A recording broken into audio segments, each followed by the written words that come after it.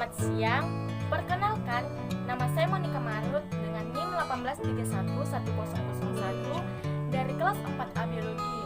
Di sini, saya akan mempresentasikan hasil wawancara saya mengenai kompetensi kepribadian di SMP Negeri 4 Makassar.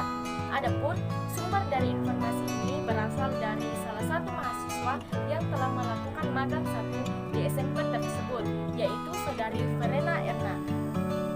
Baiklah, langsung saja kita masuk dalam pembahasan. Sebelum itu, kita harus mengetahui apa sih yang dimaksud dengan kompetensi kepribadian.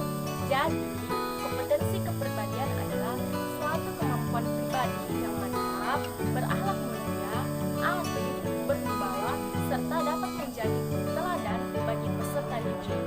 Nah, ada 5 subindikator yang dimiliki oleh kompetensi kepribadian, yaitu jujur, menarik, empati, kolaboratif, dan suka menolong. Nah, kelima subindikator tersebut masing-masing mempunyai pertanyaan.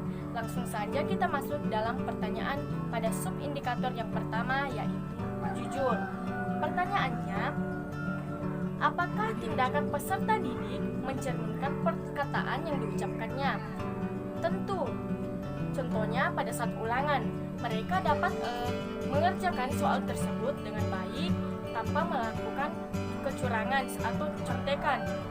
Pertanyaan yang kedua, bagaimana tingkat kejujuran peserta didik?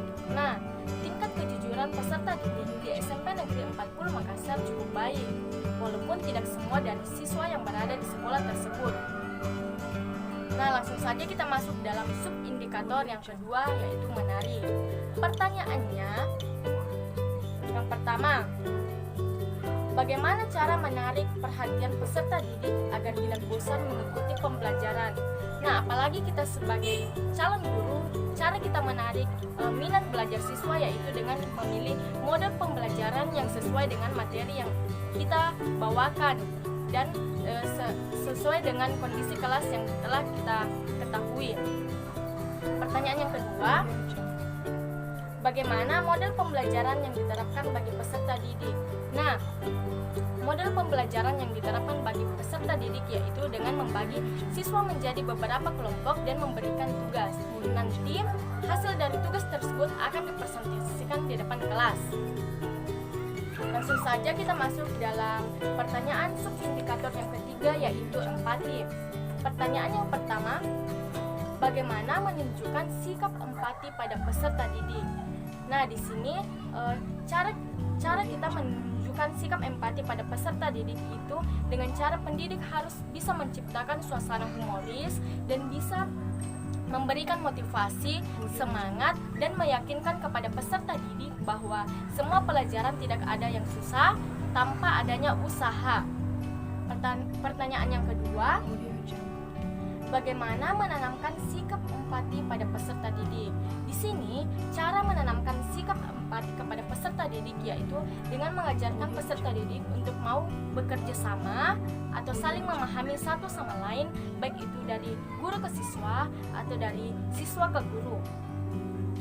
Nah, pertanyaan yang keempat mengenai subindikator kolaboratif. Pertanyaannya, apakah peserta didik mampu bekerja secara kelompok? Ya, tentu. Peserta didik mampu bekerja secara kelompok maupun secara mandiri.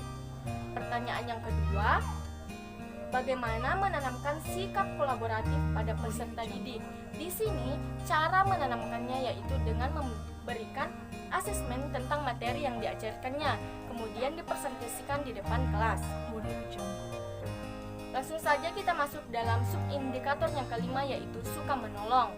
Pertanyaan yang pertama, bagaimana menanamkan sikap suka menolong pada peserta didik? Di sini, cara guru menanamkan sikap suka menolong kepada peserta didik yaitu dengan mengajarkannya bahwa pentingnya sikap saling tolong menolong, baik itu dalam hal materi maupun dalam hal lainnya, dan mengajarkan kepada peserta didik bahwa pentingnya sikap saling tolong menolong tanpa memandang bulu atau ras. Pertanyaan yang kedua, apakah peserta didik mampu menerapkan sikap suka menolong dalam kehidupan sehari-hari? Nah, jawabannya yaitu ya, peserta didik mampu. Contohnya di dalam kelas, jika ada teman yang tidak mengetahui materi, maka mereka akan membantunya sehingga materi tersebut sama-sama dipahami. Baiklah, sekian itulah hasil wawancara saya mengenai kompetensi kepribadian di SMP Negeri 40 Makassar. Semoga bermanfaat.